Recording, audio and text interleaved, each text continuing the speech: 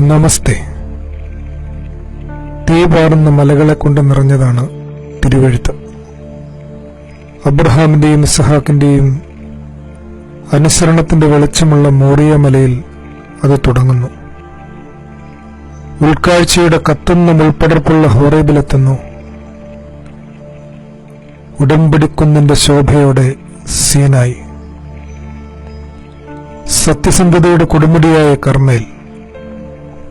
ഇങ്ങനെ എത്ര നോമ്പിൽ കയറിപ്പോകേണ്ടത് ഇതിലൊക്കെ തന്നെയാണ്.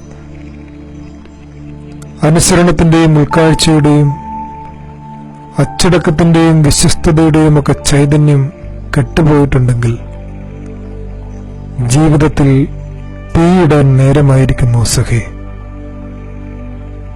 തമ്പുരാൻ തീയിടാനാണ് വന്നതെന്ന് പറയുക മാത്രമല്ല, കുറെ മലകളെ കത്തിക്കുന്നുമുണ്ട്. സാത്താൻ ഉയർന്ന മലയിലേക്ക് അവനെ കൊണ്ടുപോയി. എന്നാലോ പ്രലോഭന മലയിൽ തിരുവചനത്തിന്റെ തീ വിതറി സാത്താനെ താൻ മുട്ടുകുത്തിക്കുന്നു. സത്യം വിളിച്ചു പറയാൻ ഒരു മലയിൽ കയറിയപ്പോൾ ചരിത്രം അതിനെ ഗിരിപ്രഭാഷണമെന്ന് വിളിച്ചു. താബോറിൽ പ്രാർത്ഥിക്കുമ്പോൾ മുഖത്തിന്റെ ഭാവം മാറി ഒടുവിൽ അതിനെ വെളിച്ചത്തിന്റെ കുന്നാക്കി തീർത്തു. ഒലീവ് മലയിലാകട്ടെ തന്റെ വിയർപ്പ് രക്തത്തുള്ളികളായി വീണ് ആ തോട്ടത്തിൽ ദൈവത്തോടുള്ള അനുസരണത്തെ വീണ്ടും മുളപ്പിച്ചു.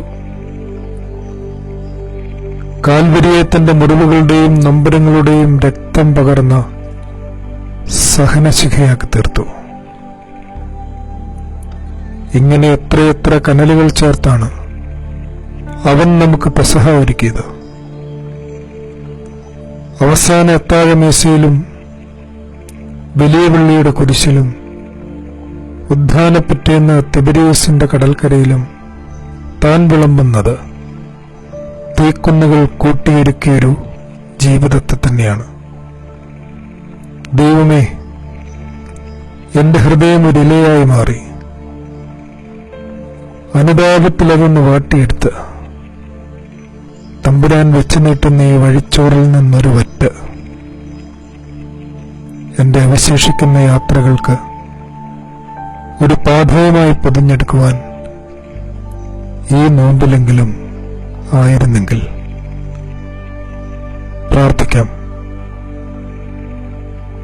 ദൈവമേ, ഞാൻ അനുദപിക്കില്ലെങ്കിൽ ഇതാ പർവ്വതങ്ങളും താഴ്വരകളും മലഞ്ചെരിവുകളും എന്നെ ചൊല്ലി വിലപിക്കും.